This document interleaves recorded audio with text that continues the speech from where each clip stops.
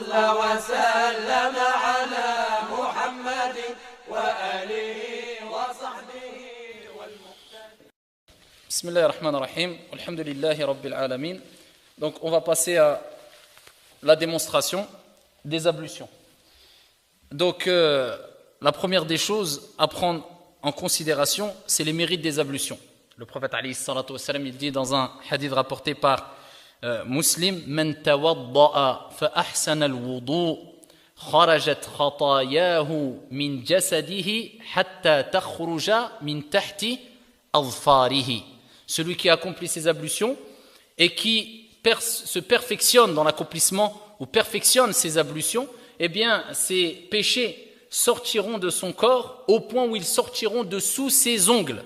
Mais le prophète, il a mis une condition, il dit man tawadda'a fa ahsana al-wudu, celui qui fait ses ablutions et qui accomplit, dans le sens qui accomplit parfaitement, de la meilleure des manières possibles bien sûr, ses ablutions. Hadith est rapporté par Muslim. Donc il faut avoir cette prise de conscience qu'il est important non seulement de faire le wudu, les ablutions, mais de les faire de la meilleure manière possible. Donc la chose qu'on a là, je vais mettre en application de façon très brève, ici ce qu'on a vu dans les cours détaillés précédents, les cours de jurisprudence, et là c'est les ablutions basées particulièrement bien sûr sur le madhab maliki. Donc ici on commence par citer les actes obligatoires dans les ablutions, et on avait dit fara'idul wudu'i sab'atun. D'accord, il y a 7 actes obligatoires pour que tes ablutions soient correctes. Donc si tu te limites à ces actes obligatoires qu'on va citer, à ce moment-là tes ablutions sont correctes. Ensuite, on a vu les sunan il y a quelques instants, et ce qui relève de al-adab, on va le voir, les bienséances à respecter dans les ablutions, et ce qui relève de al-fada'il, ce qui est méritoire dans les ablutions. Mais ce qui est obligatoire, c'est les 7 choses qu'on a citées. An-niyyatu, l'intention.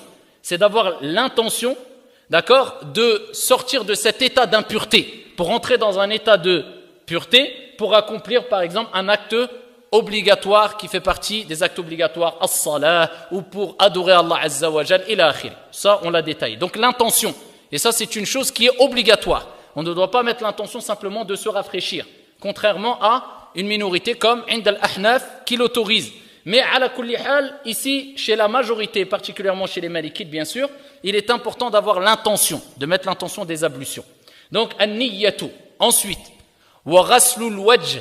D'accord, c'est le fait de laver son visage. Ça, c'est une chose qui va être obligatoire. Khalas, on va laver le visage. Là, on ne parle pas de la bouche et du nez. Non, ça fait partie des sunan. Wa ghaslul wajh.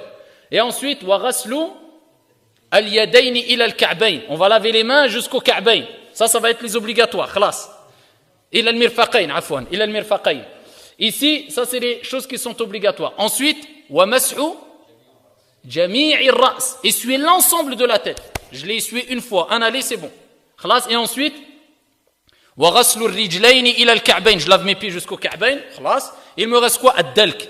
On va en parler. Et ici le fait de frictionner, frotter un peu délicatement le membre. Et ensuite, al-fawr, enchaîner les membres, de sorte qu'on ne laisse pas un espace tellement ici grand que le membre qu'on a lavé précédemment, eh bien, ait eu le temps de sécher. Donc ça, c'est les obligations. Tout le reste, ça fait partie des sunan, des choses recommandées ou fortement recommandées. D'accord? Et les sunan, c'est quoi, on avait dit? De laver la bouche, de laver le nez, al-istinshaq, al-istinthar, le retour quand on a essuyé les pieds, laver les mains quand on commence les ablutions. D'accord? Et ici, quoi encore? Les oreilles, essuyer les oreilles, l'intérieur, l'extérieur. Ça, c'est des choses qui ne sont pas obligatoires, mais qui sont recommandées ou fortement recommandées. Et on va commencer avec des ablutions, Inch'Allah ta'ala, complètes, qui rassemblent les bienséances, qui rassemblent les actes obligatoires et qui rassemblent les actes surérogatoires et les actes méritoires. Ok? Donc là, on va commencer par, ici, la basmala. Bismillah. Bismillah, c'est une chose qui relève des actes méritoires, parce qu'on avait dit que tout acte, ici qu'on commence, qu'on entreprend, surtout au nom de la religion, qui fait partie de la religion, on dit Bismillah. Le ba'ul isti'ana, on cherche assistance auprès d'Allah Azza wa Jal dans ce qu'on va entreprendre en disant Bismillah, afin qu'Allah nous facilite et qu'Allah mette al-baraka, la bénédiction dans ce qu'on va entreprendre. Donc on dit Bismillah, on commence les ablutions. On lave les mains à 3 reprises. Cela fait partie, bien sûr, ne fait pas partie des actes obligatoires quand on commence les ablutions. Si tu commences par laver tes mains, eh bien cela ne fait pas partie des actes obligatoires. Mais si tu le fais, c'est afin de te débarrasser des éventuelles saletés, particulièrement si tu te réveil après avoir dormi. Car le prophète dit إِذَا اسْتَيْقَظَ أَحَدُكُم مِّن نَوْمِهِ. Si quelqu'un se lève après avoir dormi, qu'il ne trempe pas sa main dans le récipient avant de les avoir lavés 3 fois, car il ne sait pas sa main où a passé la nuit. Donc toi, tu ne dois pas utiliser l'eau que tu vas utiliser pour faire tes ablutions afin de te laver les mains 3 fois au début. Non, tu dois prendre de l'eau à part. Si tu as mis de l'eau dans un récipient, tu verses un peu l'eau, comme ça tu le sors du récipient et tu te laves les mains 1 fois, 2 fois et 3 fois. Ok? Si tu as un pichet ou autre, eh bien ici, à ce moment-là, c'est bon parce que l'eau, elle sort. Tu ne trempes pas ta main dedans, il n'y a pas de mal. Donc ça doit être en dehors du récipient. S'il y a un robinet, il n'y a pas de mal. Ok? Maintenant, qu'est-ce qui relève des bienséances dans les ablutions? Les bienséances dans les ablutions, c'est d'éviter de les faire dans les endroits où il y a des toilettes. Parce que le prophète, alayhi salatu wassalam, il dit qu'il y a leur présence dans les toilettes. C'est qui? Ash-shayatin. Et ici, les savants ont expliqué que le fait de faire les ablutions dans un endroit où il y a des toilettes, où on fait ses besoins, akramakumullah, eh bien cela peut provoquer le fait que shaitan ou shayatin, ils aient plus d'influence sur nous pour provoquer al-waswasa ou bien al-wasawis, les insufflations sataniques. Parce qu'on est dans un endroit où ils sont beaucoup présents. Et donc ici, ce n'est pas interdit, mais c'est déconseillé de le faire. Si on n'a pas le choix, il n'y a pas de mal. Mais c'est mieux d'éviter de le faire dans les toilettes. Si on ne peut pas, il n'y a pas de mal de le faire. Ok? Et bien sûr, c'est mieux et recommandé de dire Bismillah avant d'entrer à ce moment-là dans les toilettes. On est dedans, ok. On est dans un endroit où il y a des toilettes, il n'y a pas de mal, mais le mieux c'est sans toilette. Si maintenant on a un récipient plein d'eau, le récipient est ouvert, ce qui relève de la sunna, eh bien c'est de le mettre à sa droite. Pourquoi? Parce qu'on va utiliser facilement ici le récipient. Donc tu le mets an yaminik sur ta droite. Et ici tu prends de l'eau avec ta main droite et c'est simple. Si le récipient est fermé, comme cela, à ce moment-là le récipient on le met à sa gauche. Pourquoi? Parce que tu vas l'utiliser avec la main gauche et tu vas verser de l'eau sur ta main droite. Parce que ce qui relève de la sunna, c'est de commencer par la droite et d'utiliser la main droite pour les bonnes choses. Donc toi, tu vas le prendre de ta main gauche. Ça dépend. Récipient plein d'eau à droite, récipient fermé ou à gauche. Je dis Bismillah, ce n'est pas obligatoire. Je commence par les mains, ce n'est pas obligatoire. Donc, j'ai dit Bismillah et je commence par les mains. Je prends de l'eau et je lave les mains. 1 fois, 2 fois et 3 fois. Maintenant, si quelqu'un nous pose la question concernant la bague, si quelqu'un a une bague et fait les ablutions, bien sûr, celui qui veut s'approcher du plus sûr et de la perfection, ou alors éviter d'avoir le moindre doute, eh bien, il l'enlève. Mais al-mashhur 'inda al-malikiyya, il n'y a pas besoin de l'enlever ni de la bouger. D'accord? Pourquoi? Parce que ici, elle cache clairement une partie du corps qui, à la base, doit être touchée par l'eau. Khalas. C'est considéré quelque part comme celui qui a une bande due à une maladie ou bien un plâtre. Donc ça veut dire qu'il doit laver le membre. S'il y a une ouverture, eh bien l'eau pénétrera. S'il n'y a pas d'ouverture, khalas, le membre ou cette partie-là, eh bien est caché par la bague. Donc ici, la bague fait qu'on n'a pas besoin de l'enlever. Celui qui veut l'enlever, il l'enlève. Mais Inda al-Maliki n'a pas besoin de l'enlever, on lave directement les mains. Donc à chaque fois, quand on parle de main, on parle du bout des doigts jusqu'au poignet. Ok? J'ai lavé 3 fois mes mains. Il me reste quoi? Eh bien le visage. D'accord? Il me reste où? Je commence plutôt par le visage. Le visage c'est obligatoire. Donc le visage, je vais vous montrer comment on le fait dans l'application, on l'a vu dans la théorie. Mais maintenant, si je veux appliquer les choses qui sont surérogatoires, qui font partie des sunan, dans le visage, je commence par quoi? La bouche. Al-madmada. Al-madmada, c'est une chose qui est surérogatoire. Donc je vais pénétrer de l'eau dans ma bouche et je vais gargariser. Donc je vais pénétrer de l'eau dans la bouche et je vais gargariser afin que l'eau, eh bien, touche toutes les parties de l'intérieur de la bouche et se répande bien partout à l'intérieur de la bouche. Et ce qui relève de la sunna, c'est ce qu'a dit le prophète alayhi salatu wassalam, ce qui relève des bienséances ou des actes méritoires. Al-fada'il. Lawla an ashqa ala ummati la amartuhum bis-siwak ma'a kulli wudu. Et si le prophète il a recommandé fortement d'utiliser le siwak à chaque ablution. Qu'est-ce qui est visé à travers le siwak? C'est de se débarrasser de al-qadar, des saletés, etc. C'est pour ça qu'ils utilisaient à la base le siwak. Eh bien ici, on va utiliser le siwak avant ou après le wudu? Avant les ablutions. Donc avant de faire al-madmada, on frotte bien avec le siwak.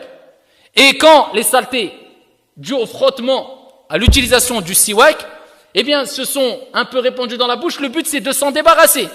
Eh bien là, voilà pourquoi on commence par al-madmada. Et pourquoi on fait al-madmada après le siwak? Parce que quand on va faire pénétrer de l'eau, on va gargariser, on va recracher. Donc il va de soi, et c'est la logique d'utiliser le siwak avant. Si je n'ai pas de siwak, on a dit on utilise le doigt, d'accord? Et on utilise le doigt et on fait pénétrer ici l'eau dans la bouche. Donc je vais faire pénétrer de l'eau dans la bouche et je vais commencer al-madmada de la main droite.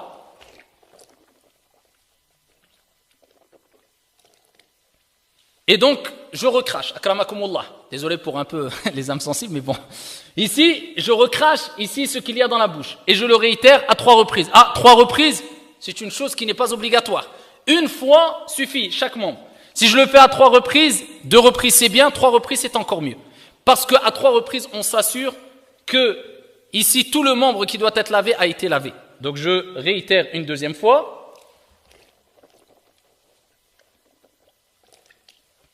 Et une troisième fois, pour compléter vraiment bien les ablutions.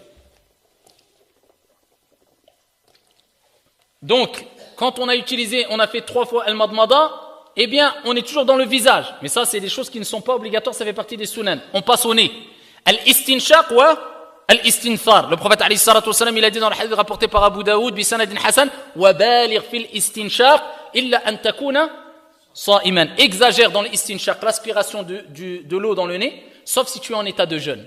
Donc, je fais l'istinshaq, l'aspiration ensuite, al-istinthar. Ça consiste à utiliser de l'eau, la mettre dans la main droite, d'accord, et de l'aspirer. Et ensuite, avec la main gauche, j'expire. Et c'est al-istinthar ou al-istinshaq. Donc, j'aspire et j'expire comme ça. Ici, je retire ce qu'il y a dans le nez comme éventuelle saleté. Avec la main gauche. Avec la main droite, on aspire. Avec la main gauche, on expire. On le fait 1 fois, 2 fois, 3 fois. Ce qui relève ici des choses qui ne sont pas obligatoires mais préférables, eh bien, c'est d'utiliser la même poignée. Ainsi. Donc, soit on remplit bien ici la poignée d'eau, on met une partie, et ensuite, le reste, on l'aspire. Avec la même poignée d'eau. Sinon, certains disent qu'on fait même, on peut faire en mettant de l'eau dans la poignée d'eau, on fait pénétrer dans la bouche et en même temps, on aspire, on gargarise, on recrache et c'est compliqué. Si on le fait en mettant une partie, on fait on gargarise la bouche, on recrache, ensuite on aspire, on fait l'istinshaq et l'istinthar, ça c'est bon. Si on le fait à 3 reprises, 3 fois la bouche et 3 fois le nez, cela est complet. Là, on va commencer vraiment l'acte qui est obligatoire maintenant. C'est quoi? C'est le visage. Le visage, je fais tremper de l'eau, je verse de l'eau dans la poignée et je verse de l'eau sur mon visage. Donc ici, regardez bien.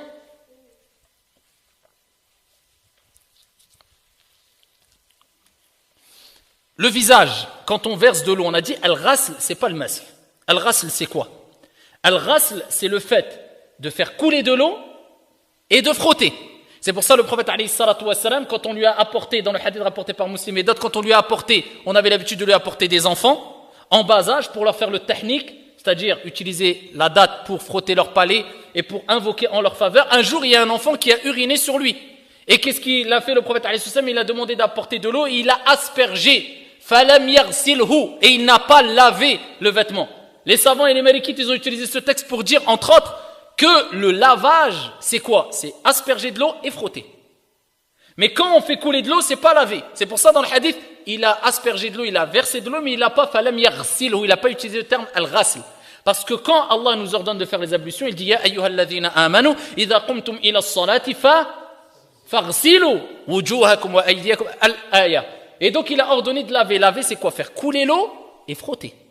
Et c'est pour ça que parmi les actes obligatoires, عند المالكية, c'est le dalk. C'est quoi le dalk? On doit, chaque membre qui est lavé, on doit le frictionner, frotter. Non seulement faire couler l'eau, mais frotter aussi.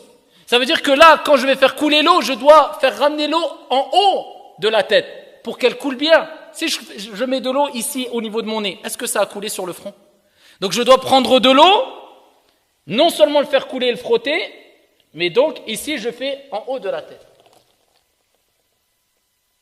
Et là, je m'assure que l'eau a coulé. 1 fois, 2 fois, 3 fois, je sais que l'eau a coulé partout. Et à ce moment-là, je frotte en même temps. Donc je frotte, c'est-à-dire je frictionne toute la tête. Donc toutes les parties de la tête. D'accord? Et les endroits où il y a des poils, si la peau est visible, je dois obligatoirement ici frictionner. Si la peau n'est pas visible, par exemple quelqu'un qui a une barbe qui est pleine et on ne voit pas la peau, la couleur de la peau, il passe simplement sur le dessus des poils de la barbe. D'accord? Parce que al-wajh renvoie vers le terme al-muwajah, c'est ce qui fait face, ce que tu vois visible. Si la peau n'est pas visible, la couleur de la peau, khalas, tu fais ce qu'il y a ici de visible. On est d'accord? Mais si quelqu'un a une petite barbe et on voit la couleur de la peau, là il doit faire at-takhlil. Et le prophète, comme il rapportait dans Abu Daoud, kana yukhallilu lihyatah. Il faisait le takhlil, cela est recommandé mais obligatoire pour celui à qui on voit la peau. Pareil pour les cils, pareil pour al-anfaqa, c'est les petits poils sous la lèvre inférieure, et pareil pour la barbe. Donc il faut s'assurer de frotter bien là si on voit la couleur de la peau, et la barbe de faire bien le takhlil si on voit la couleur de la peau, sinon ça suffit de passer par-dessus. Le visage, c'est du haut du front jusqu'à la pointe du menton et d'une oreille et notre oreille. D'accord? Et on frotte comme ça, ainsi. Donc je m'assure de frictionner vraiment toutes les parties du visage. Rapidement, hein, ça ne met pas beaucoup de temps. Hein. Khalas. D'accord? Donc je le fais une fois, 2 fois et à 3 reprises. Je fais une dernière fois.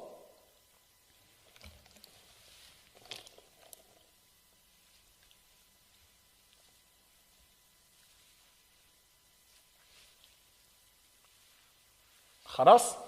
Ensuite, il me reste quoi à faire? J'ai lavé le visage, les mains. On lave les mains jusqu'au coude. Ce qui relève de la sunna, c'est quoi? C'est on commence par le bout des membres. Et Allah, il a dit waghsilu aydiyakum. Donc, lavez vos mains jusqu'au coude. Donc, je commence par ma main. Je ne vais pas commencer par le coude, je commence par ma main. Je verse sur la poignée droite et je fais couler. D'accord? Et après, ça dépend du moyen que vous allez utiliser. Parce que si vous êtes dans un robinet, c'est plus simple. Vous commencez bien par la main, vous frottez, tac, et vous remontez. Quand vous êtes comme ça, c'est vrai que de lâcher de l'eau comme ça, une fois, ça ne suffira pas. Vous allez commencer par la main, mais il y aura peu d'eau qui va couler. Donc à ce moment-là, il faudra utiliser encore une deuxième fois, une troisième fois. Vous avez compris?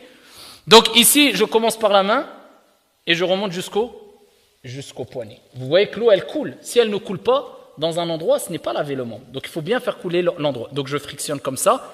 Et là, je dois faire obligatoirement at-takhlilu bayna al-asabi'. Frictionner entre les doigts. D'accord? Je ne dois pas me limiter à faire ça. C'est obligatoire de frictionner at-takhlilu bayna al-asabi'. Donc je frictionne bien entre les doigts.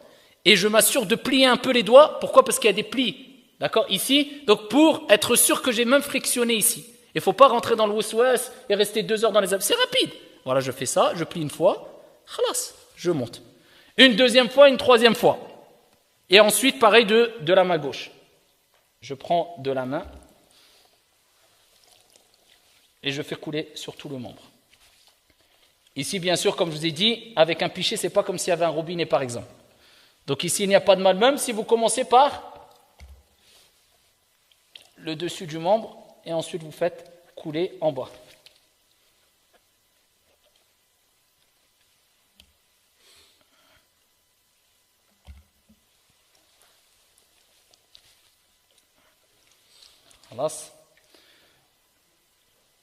Ensuite, je fais quoi? L'essuie de la tête. L'essuie de la tête, j'ai mouillé mes mains. C'est quoi? Wamsahu bi ru'usikum. C'est un essuie. L'essuie, c'est quoi? C'est qu'on commence ici au haut du front, et on met ses mains sur les cheveux et on va jusque derrière. D'accord?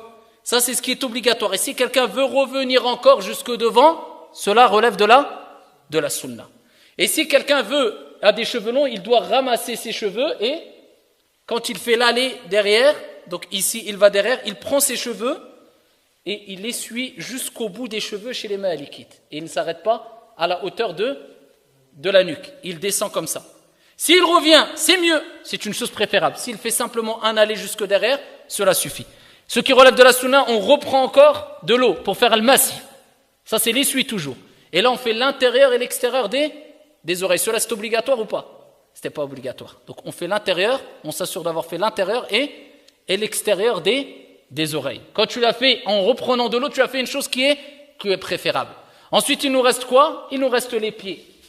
Et les pieds, bien sûr, عند المالكية, on parlera de l'mas على الخفين, c'est une sunna, على الجوربين, sur les chaussettes.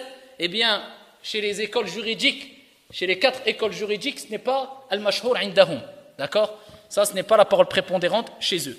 Donc, le pied aussi de la même manière. Donc, soit on prend avec la main, ou soit on verse avec le pichet. D'accord? On peut faire couler comme ça de l'eau. D'accord? Sans gaspiller trop d'eau. Et en même temps que je verse, là, je vais essuyer le pied. D'accord? Et ce qui relève de la sunna, on avait dit aussi, c'est at-takhlil bayn al-asabi'. Le fait de faire at-takhlil, c'est de frotter entre les asabi', les doigts des pieds. Ce n'est plus obligatoire, des doigts des pieds. Pourquoi? Parce qu'à la base, ils ne sont pas visibles. Celui qui veut le faire, c'est mieux. Celui qui ne le fait pas, il n'y a pas de mal, mais c'est mieux de le faire. Ce qui relève de la sunna, de le faire avec l'auriculaire. Et on commence par le petit doigt, entre les petits doigts, on monte pour le pied droit jusqu'au pouce. Et ensuite, le pied gauche, on commence entre le pouce et le doigt, et on descend vers le petit doigt. Et si on veut le faire même avec la main droite, il n'y a pas de mal. On écarte un peu les doigts, on frotte un peu et on frotte tout le pied. Voilà. Par contre, là, je dois lever mon pied pour m'assurer que le talon, il y a de l'eau qui a coulé dans le talon et de l'eau qui a coulé même sur les talons. Et là, je frotte partout. D'accord? Et le prophète alayhi salatu wassalam, dans Sahih Muslim, il a dit Waylul lil a'qab min an-nar. Malheur aux talons du feu, qui sont dans le feu à cause de quoi? Au fait que certains lavent leurs pieds, mais ils ne s'assurent pas que tout le pied a été lavé.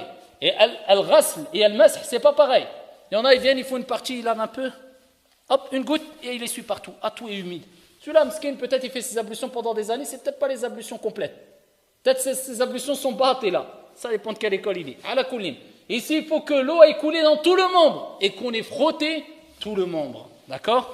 On s'assure bien, ici, que l'eau coule partout.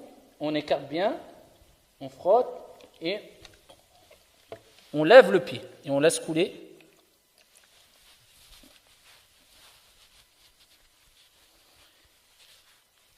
Et bien sûr, il y a des moyens plus simples qui nous permettent, comme maintenant le robinet, on est plus à l'aise, on peut être assis, on peut être à une certaine hauteur et on peut perfectionner mieux ses ablutions.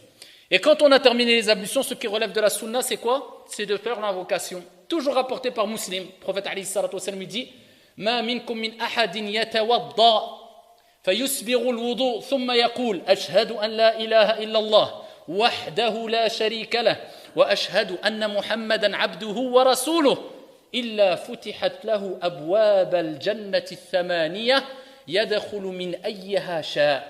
Il n'y a pas une personne d'entre vous qui fait ses ablutions, fayusbiru al-wudu, la condition qu'il accomplisse complètement bien ses ablutions, sans qu'Allah Jalla wa Ala n'ouvre pour lui les 8 portes du paradis, il pourra entrer par n'importe quelle porte de ces portes du paradis. Les ulama, ils ont expliqué, Allah lui facilitera l'entrée au paradis par n'importe quelle porte.